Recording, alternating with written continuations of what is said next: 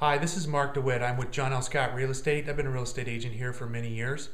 And I often get asked, because we track a lot of foreclosure properties and activity and what's going on. We've bought and sold a lot of foreclosure properties. So I often get asked, what's going on with this foreclosure market?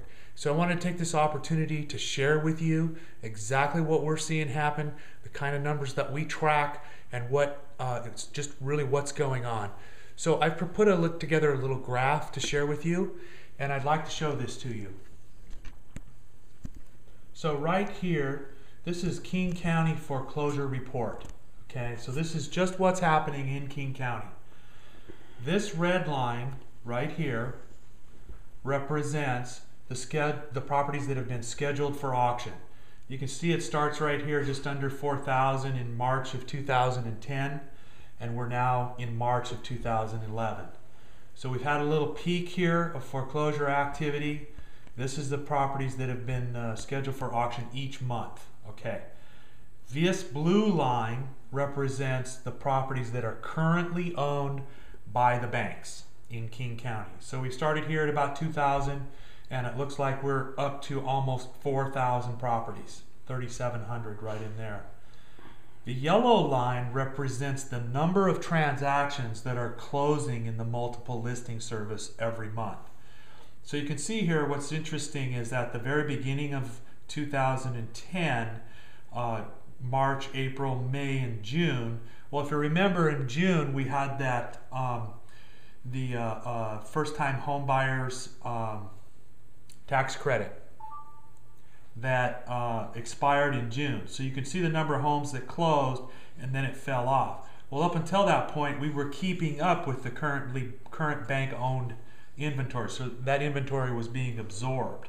Well, you can see since then, the number of sales is not keeping up with the amount of inventory that the banks own. This blue line here underneath represents the new foreclosure filings. So that's been fairly constant, showing what's been happening with the number of filings each month.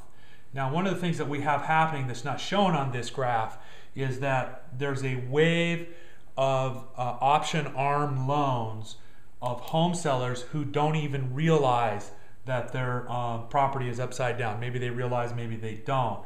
But there's going to be another peak of foreclosure filings coming here probably in mid-2012. So then we have the green line, which represents the properties at auction each month that reverted back to the bank. Okay, so there's a big gap between these two numbers, which is a lot of them to get canceled, foreclosure. The foreclosure is canceled. They're sold as a short sale. They might be doing a loan modification, those kinds of things that have occurred. And then this purple line, which is barely visible here at the very bottom, is showing the small number of properties, about 50 properties a month, that are actually sold at the auctions. So very interesting numbers, kind of shows you the trend. You can see this.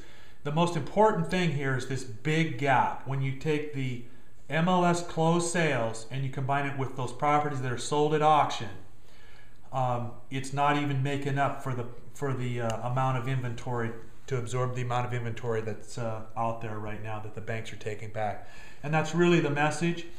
If you'd like to gain more access to this kind of information, or you'd like to be able to buy foreclosure properties either before, during, or at the auctions, or after the auctions, this bank-owned inventory is a credible opportunity out there.